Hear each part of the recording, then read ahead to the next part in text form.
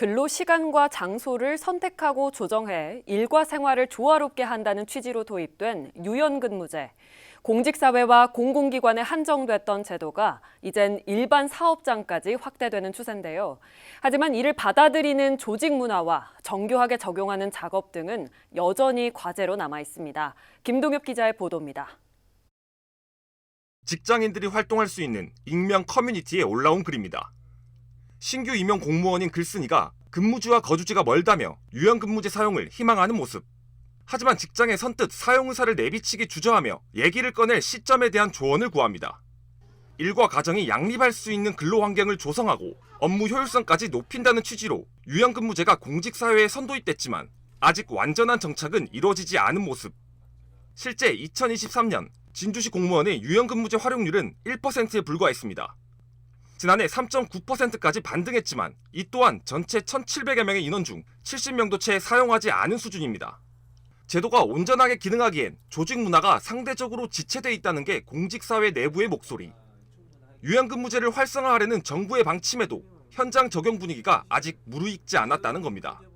유연근무제를 만약에 제가 쓴다고 하면 다른 동료에게 이제 피해가 가기 때문에 거기에 대한 부담, 업무량이 다른 직원에게 많아져서 피해를 준다는 부담, 조직 문화가 유연근무제라든지 이런 부분에 있어서 적극적으로 하려고 하게끔 이렇게 만드는 것도 굉장히 중요합니다.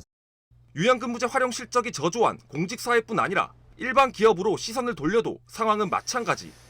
특히 제조업이 산업의 큰 부분을 차지하고 있는 경남의 경우 산업 특성상 제도 도입 문턱이 높다는 지적입니다. 일과 시간 중 업무를 대체할 팀원이 있어야 무리 없이 도입이 가능하고요.